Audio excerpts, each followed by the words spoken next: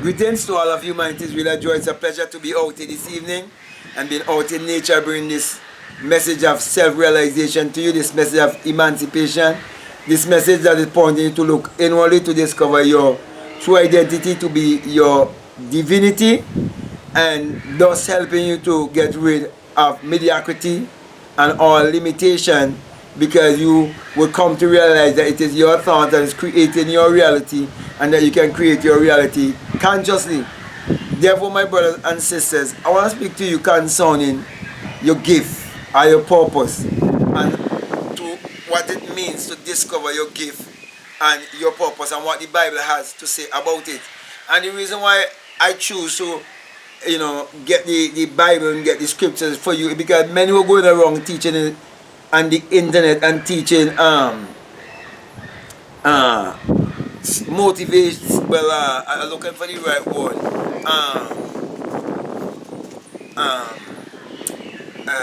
I'm trying to remember, personal development. Yes, personal development is what I wanted was to say. Those are teaching personal development and so on, and those who are law of attraction gurus and so on, they're failing to go into the Bible and show you that these things are hidden right in the scripture. And all you have to do is learn to interpret the Bible psychologically and do not interpret the Bible as if it is literal or as if it is secular history.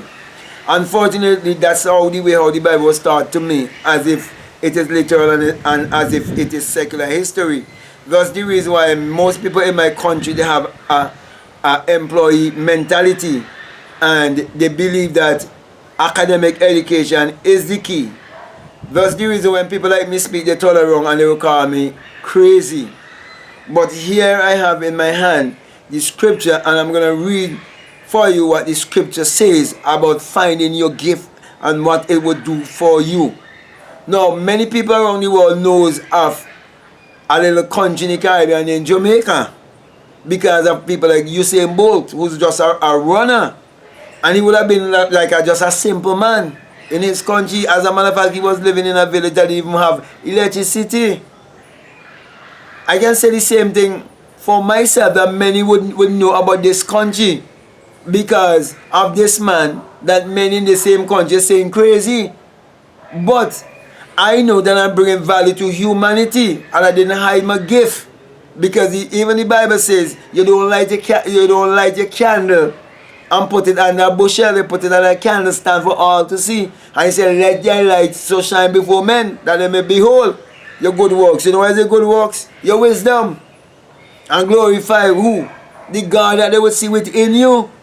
And I've been encouraging people who normally speak against me and I speak against my teaching, who are religious, to let their light so shine.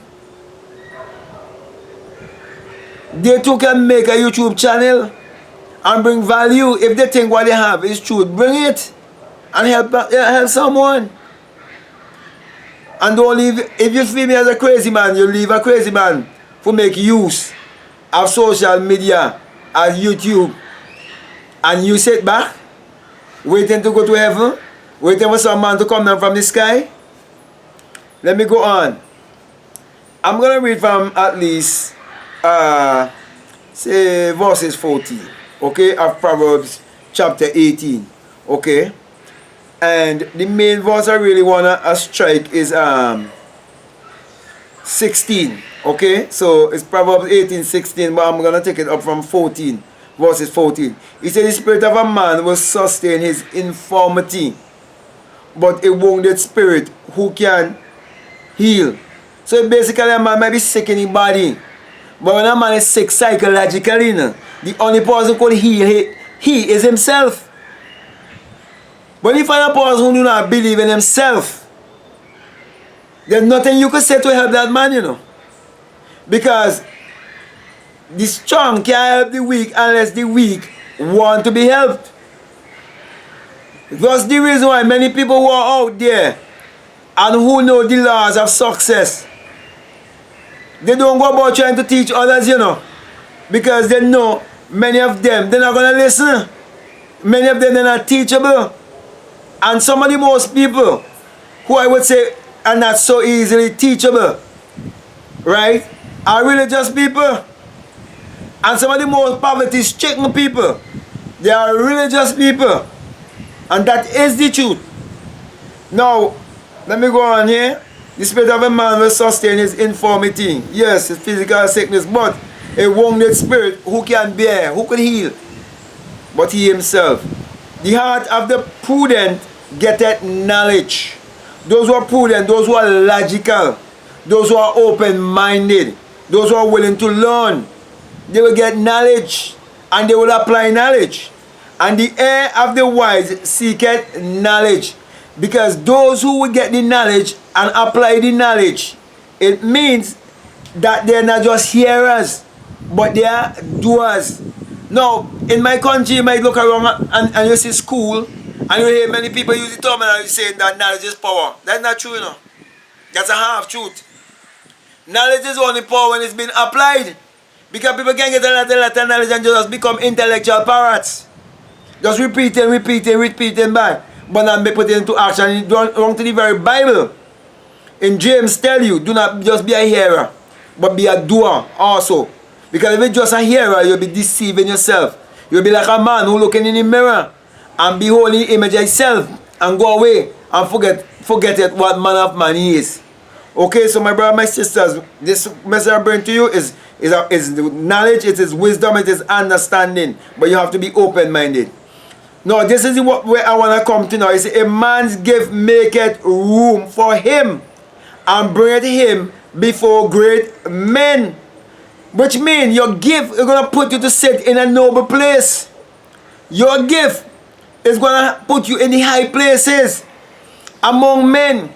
Your gift is what's going to help you to bring value to humanity. When you find your gift and use your gift are your purpose. Is what you're supposed to be seeking first. Your gift is what's going to make room for great success. If we want to check some of the most successful men in the world today, most of them was not academic educational scholars, but most of them they were simple men. Many of them they were dropouts from school. But what they do, they depend on their mental faculties. They depend on the things that were given to them for free. Your gift is given to you for free. So my brothers, my sisters, you have to know what is a gift. You have to know what is your calling. Many people used to say to me that I love to talk. But I used to purpose in myself that what they say is true, but I don't like to talk shit. Because the same people used to say that I love to talk, when they open their mouth and talk, it smells. And when I say it smells, I mean to say that they're speaking shit. And you know shit smells. They're speaking a bunch of nonsense. But though I'm a person who they would say very talkative and like to speak, it is because I always like to uplift people and to encourage people and to speak to people and to share knowledge with people. It's something I've always wanted to do. It's something I've always embraced. I remember quite vividly, I asked my mother when I was a certain class, and I was to do what they used to call, what they call in my country, used to call it the common entrance exam.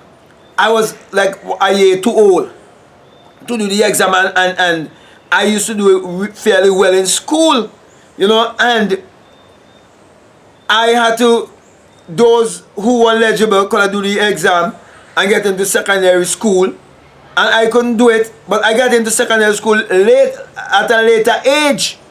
So by the time I finished school, I was at a more higher age than the others who all have gone on, because they were between, I think it was 11 or 12 was the age for common entrance. They couldn't go older than that.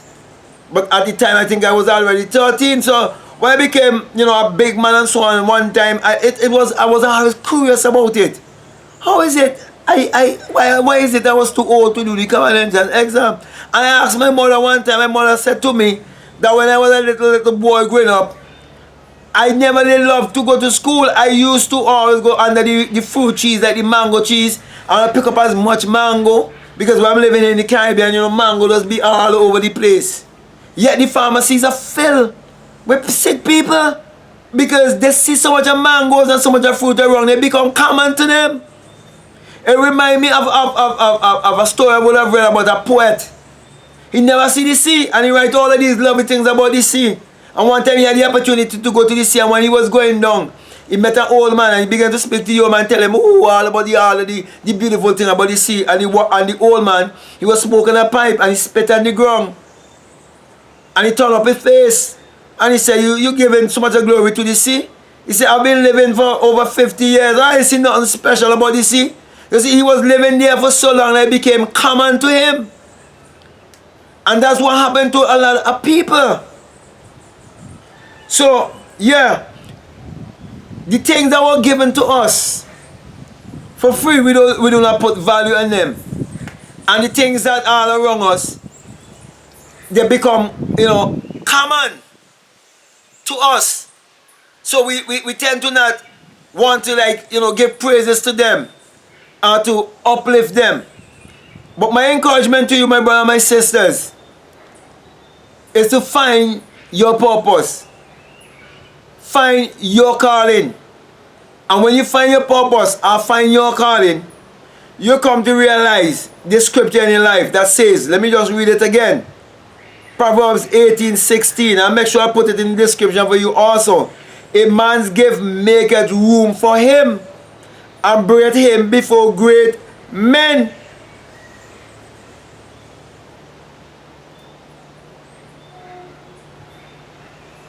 My brother, my sisters, each and every one of us have a different fingerprint, which means each and every one of us born for a specific purpose, for a specific reason. Because we are all connected, there's only one universal consciousness, and we are here to bring value to humanity. All these religious people ask, how much people have you influenced? How many lives have you influenced and bring value to? There's so many people, Mark Zuckerberg, and they bring so much value to humanity. They're influencing billions of people. And many of our people turn around and try to blame everything on slavery. When social media is here, the internet is here, opportunity is here, and many fail to use their gift, use their talent, because everybody want to look outwardly, believing in a power outside of themselves. And many get caught up in intellect instead of believing in the power that is within themselves, and learn to humble themselves and learn to discover what is their gift, what is their calling, what they are in this earth to do, and how well can they do it. People like me can't even speak too good, can't even speak too well, but here am I. Because why? I am fearless. I believe that I must not come into this world and die and nobody knows about me. There are many people who have so much education in my country. I can speak for in my country for now. Okay? And many of them, they're gonna die and nobody would have ever heard about them. Nowhere, no part of the world. Because they sit around a desk. And by the time they finish walking and go up, they're tired, they're gonna fall asleep. And then they have church service to go because they're getting older and reality starts striking them and they're gonna die. And they realize someday they're gonna die and they don't understand that and they're afraid of the unknown. So they join themselves to a religion and believe the education that they got could be used to be intellectual. And they're always telling you, you're quoting the Bible outside of context. Yet they believe in secular history and they believe that the Bible is literal because they never learn to think for themselves. So with that, my brother and my sister, and the night is coming in, it's getting dark. I want to thank you very much for listening to me, and I encourage you to like, share. If you haven't subscribed already, to subscribe. And also, I want to just remind you that this message I bring to you as usual, I always tell you that it is a single-eye message of self-realization, of which Matthew 6:22 teaches us that if your eye be single, your whole body will be full of light. And it is because I would have had that experience why I always put my hand on my crown chakra and saying to you that when you have the experience of the awakening, you come to realize that it is the rising of the S-U-N in a S-O-N, and that is the dawning of a new day in your life. For the sun parallels the human imagination, and the human imagination parallels the sun. And the sun is what powers all of humanity. Therefore, my brother and my sister, my encouragement to you is to use your mind power, which is your solar power, your creative power, to achieve your every desire by discovering your purpose, your gift, your calling, so that you will bring value to the rest of humanity. So with that being said, I want to say peace, love you all, I'm out.